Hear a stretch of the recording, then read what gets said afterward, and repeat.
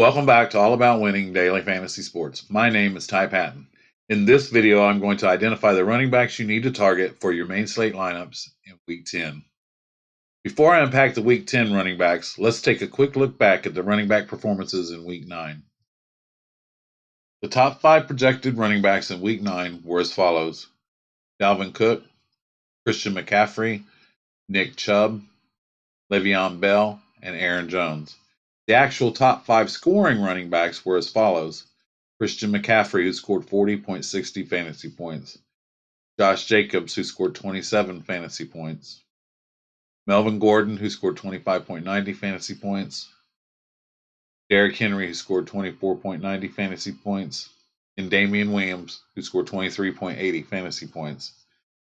What's really interesting is when you start considering ownership, the top 5 running backs as far as ownership were as follows: Jalen Samuels, 50.67% ownership. Remember, Connor got ruled out. Samuels was 4,000, so it's kind of like having a free square in your lineup, but he had 50% ownership. Next was Dalvin Cook at 31.46% ownership. Jones from Green Bay had 25.20% ownership. McCaffrey had 24.47% ownership, and Le'Veon Bell had 22.48% ownership. The top 5 scoring running backs averaged 28.44 fantasy points on 21.60 touches. This averages out to 1.32 fantasy points per touch. With the running back position, I want to target the high volume running backs, meaning the running backs who receive a high amount of touches, they have a high snap percentage. I like teams that are favored, especially the home favorites. In Week 10, these are the running backs that I'm going to target and why. Now, I wanted to go over my chart with you. This is my second week with this. I'm still fine-tuning it. I did it mainly so you have something to use to follow along. I used to do my videos and spill out a bunch of numbers, and I know it's probably pretty difficult to try to follow along. This at least gives you a visual and maybe helps you understand why I'm targeting certain players. For the running back position, I've broken it down into these categories. I'm really interested in touches per game, snap percentage. How many snaps per game do they get of the total offense's plays? Their fantasy points scored per game. The opponents, how many they're giving up per game to that position. The opponent's rank versus that position. That's defenses versus position. How many red zone carries? Touchdowns are really hard to project, and they have a lot of variance. But sometimes you can use some things to give you a little bit of an edge, and this is one of them, is identifying those running backs or wide receivers who get targeted or who get the most carries in the red zone. And the last category I have here is actual points per snap. It's all things relevant. It doesn't mean anything as far as carries. No carries. This is being on the field. All things considered, which obviously factors in snap percentage and all that. What do they get just being on the field with all things relevant? So if you want to follow along with me, I'm going to give you the running backs that I'm going to target, and we'll use the chart, and you'll be able to see why. Christian McCaffrey, 10,500 is his salary. They keep raising his salary, and he keeps outperforming it. Last week he was 10,000, and he put up 40 fantasy points. He's getting 25.88 touches per game. He has a 93 snap percentage. He's scoring the most fantasy points per game, or at 32.7 fantasy points per game. This week's opponent, Green Bay, they bleed points to the running back position. They're giving up 29.6 fantasy points per game to the running back, and they're ranked number 28 versus the running back. He has the second highest points per snap, only behind Aaron Jones from Green Bay, and he's scoring just over half a point per snap. Um, I don't like paying the 10,500, but I don't want to miss out. If it was a few weeks back, I thought they might shut him down, and he put up, I believe it was 51 that week, and after that, I decided I'm going to have some share. He's matchup proof, and he's on the field whether they're winning or losing, so he's matchup proof, game script proof, and I'll definitely have some shares of him. You have to get creative in other areas, but it's hard to just fade Christian McCaffrey. Next is Quan Berkeley. He's 8,800. Small 2.5 point road favorite just across the street versus the New York Jets.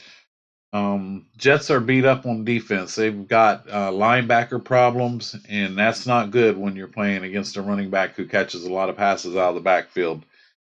I'm hoping Monday night's game will cause the ownership to go down on Barkley a little bit. He didn't get a lot of touches in that game. Just a mediocre. Definitely wasn't a smash game. And when Dallas built a big lead, the only thing that he could do then was it took away half of his game, which was running part. So he was just good for the passes out of the backfield. But in this game against the Jets, as I mentioned, the Jets, they're just absolutely devastated at the linebacker position. I really think with Evan Ingram is out for the Giants, Sterling Shepard's out for the Giants. I mean, they have Golden Tate. He doesn't have a really great matchup on defense against Poole. So these targets got to go somewhere, and I just feel like this might really be the Saquon Barkley get well game, and he's $1,700 less than Christian McCaffrey, and I'll definitely have some shares of him. He's also getting 12 red zone. He's had 12 red zone carries, and just see on here, 52% of the snaps. That's kind of low because he was out some games, and they figure snap percentage based on the total amount of plays your offense has run. So even with the games he's missed, he's still up there at 52%. I mean, nobody takes carries, maybe one or two per game from Barkley. So I definitely have some shares of him.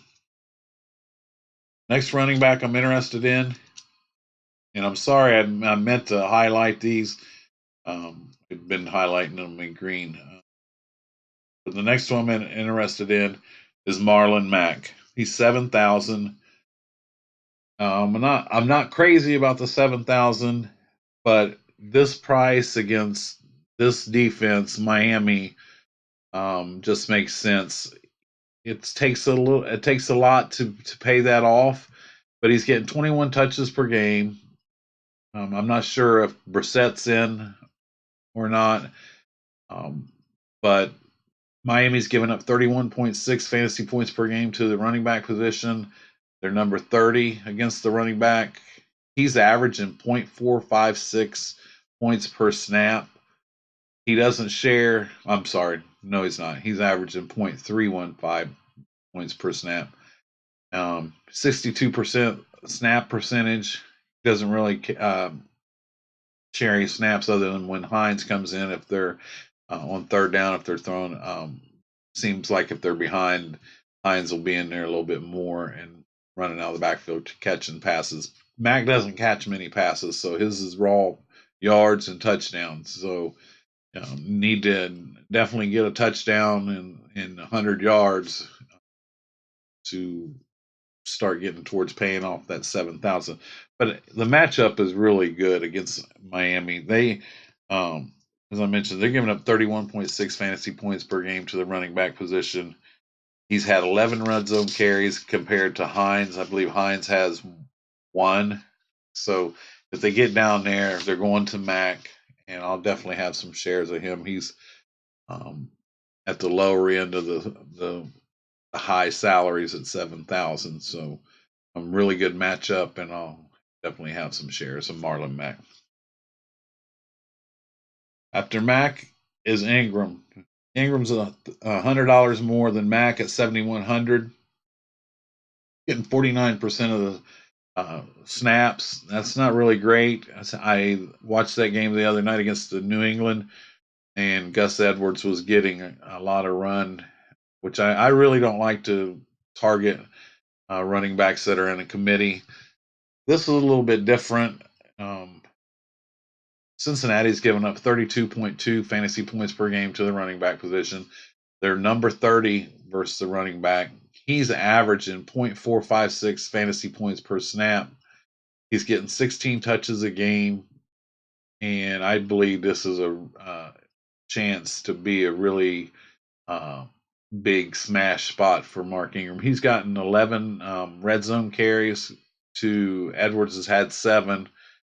And I know a lot of the attention is probably going to go to Lamar Jackson, and they had the big Sunday night win against New England, and probably going to be some recency bias. So I'm thinking the ownership on Ingram might be kind of low. So I definitely have some interest in him. I believe he could definitely smash at this against Cincinnati. I don't see Cincinnati putting up much of a fight, and they're starting a rookie. That's another thing. I believe their starting a rookie quarterback definitely correlates with the other teams, the opposite teams running back, unless the rookie comes out and he does a phenomenal job. But I'll definitely have my share of Mark Ingram this week. After Ingram is David Montgomery for Chicago. He's getting 16.25 touches per game. Only 58% of the snaps, but he's had 10 red zone carries, and Cohen's had 5. So he's getting 3/4 or 75% of the red zone carries. And Detroit is number 32, dead last against the running back position. They're giving up 31.6 fantasy points per game to the running back. He's $5,300, which I really like. I feel like there's a lot of value. Had a really big game last week. And I for this matchup, that's not going to be really hard to get value at 5,300. And I believe that Chicago doesn't want to have to put the ball in Trubisky's hands. He hasn't had a good year. And if they can control the game without having to throw it all around, sure that they would rather do the Chicago run game and play good defense and beat Detroit. I have a feeling this is going to be a really good game for Chicago. They've had some really bad weeks, and they're going home, and this is a division rival who has been playing pretty well, but they might be up against it this week. After Montgomery is Derrick Henry for Tennessee. This one scares me a little bit. He's 6,400. So if I was at 6,400, I truthfully would probably try to get. I might try to go up to Mack if I was. Henry doesn't catch many passes either. This matchup though against Kansas City, Mahomes is back, and if Mahomes gets rolling, that erases your running game.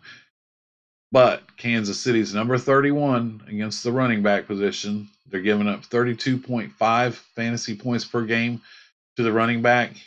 Henry's getting just under 20 touches per game, 19.44. He's had 6 red zone carries, and he's only had 61% of the snaps, but really, other than some times when they leave him with Deion Lewis, he's the ball carrier. He's the one that's getting the red zone carries. He doesn't catch many passes out of the backfield. I'm just with this game. With this player. I'm really worried about the negative game script if it went to where Tannehill has to start throwing the ball to catch up to keep from getting beat up. So I do have some interest in him at 6,400, and it's just Whether or not I believe they can keep it close by. That's how you want to beat Kansas City, though, is you want to run the ball and keep Mahomes and that offense over on the sidelines. But I have some shares of him, maybe not as much as some of the other ones that I've already talked about. Next after him is Aaron Jones. Jones was 7,400. Carolina is giving up 29.1 fantasy points per game to the running back position. They're ranked number 27 versus the running back. He has the highest points per snap at 0.532. He's only had 2 red zone carries. That's something that's of concern. He's received 5 red zone targets though, passing game, but you never know when Jamal Williams is going to come in and vulture something.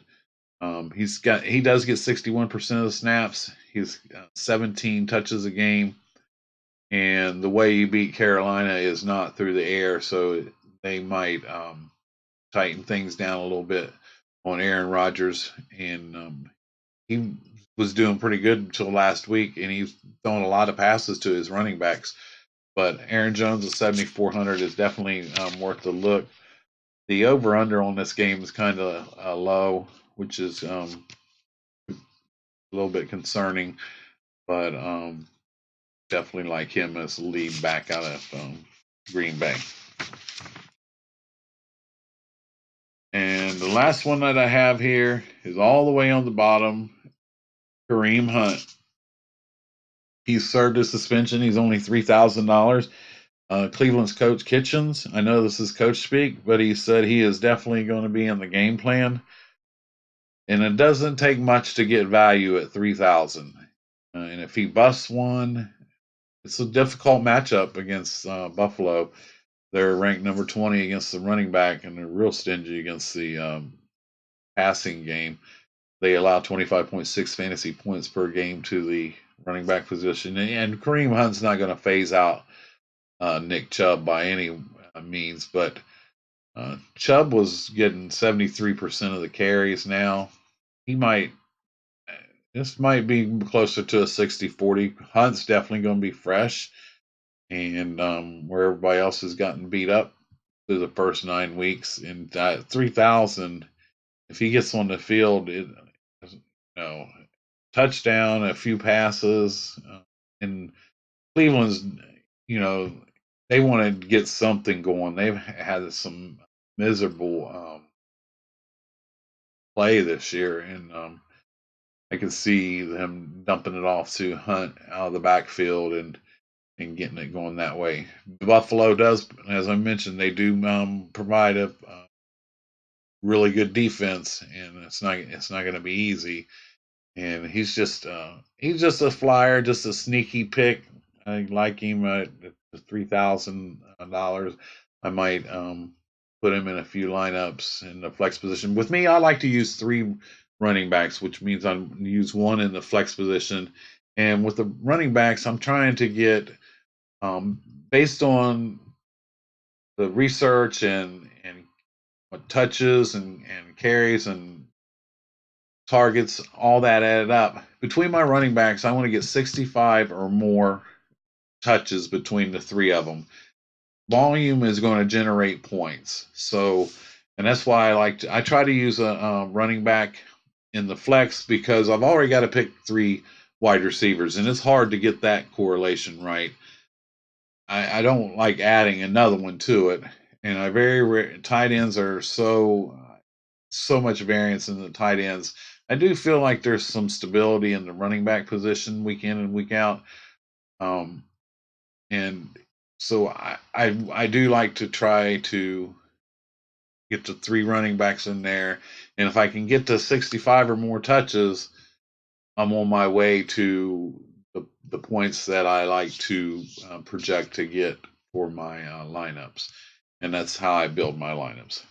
So summing up my running back positions in Week 10, these are the ones that I'm going to target: Christian McCaffrey, Saquon Barkley, Aaron Jones, Mark Ingram,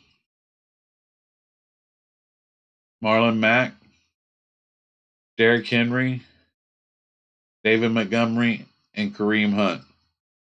I want to thank you guys for joining me, and I encourage you to drop me any opinions or comments below. Let me know what you like about this chart, what you'd like to see me add. I'll see what I can do. I don't have a link for you to get to it, so if you want to screenshot it or pause the video, use it how you like. I mentioned the red is the worst for that category. Yellow is kind of middle of the road. Green. Now, obviously, up here, Christian McCaffrey's in red for salary. That obviously we know Christian McCaffrey is not bad running back, but that just on things like that, the salary, that's just the top of the compared to these down here. These are the worst salaries. These are the ones that are harder to get value. And so the colors are correlated in comparison to whatever that category is. So again, I want to thank you guys for joining me. I really appreciate my subscribers slowly trending upwards. I appreciate you guys sticking it out with me. If you would please share this video, like it, subscribe, hit that notification bell so you get notified when my next video posts. I really appreciate it. I'll be posting my wide receiver video shortly. Then we'll be following that up with tight end defensive special teams. And then tomorrow we'll be doing lineup building, optimizer, and game by game breakdown and some things, putting all this information together and build some lineups. So I will be back shortly with the wide receiver. I also want to mention that you can follow me on Twitter at winning about instead of about winning. I've been posting some things there, putting some polls up, and retweeting some stuff, NFL information, and things like that. My name is Ty Patton. This is all about winning daily fantasy sports. Thank you for joining me, and I'll see you real soon.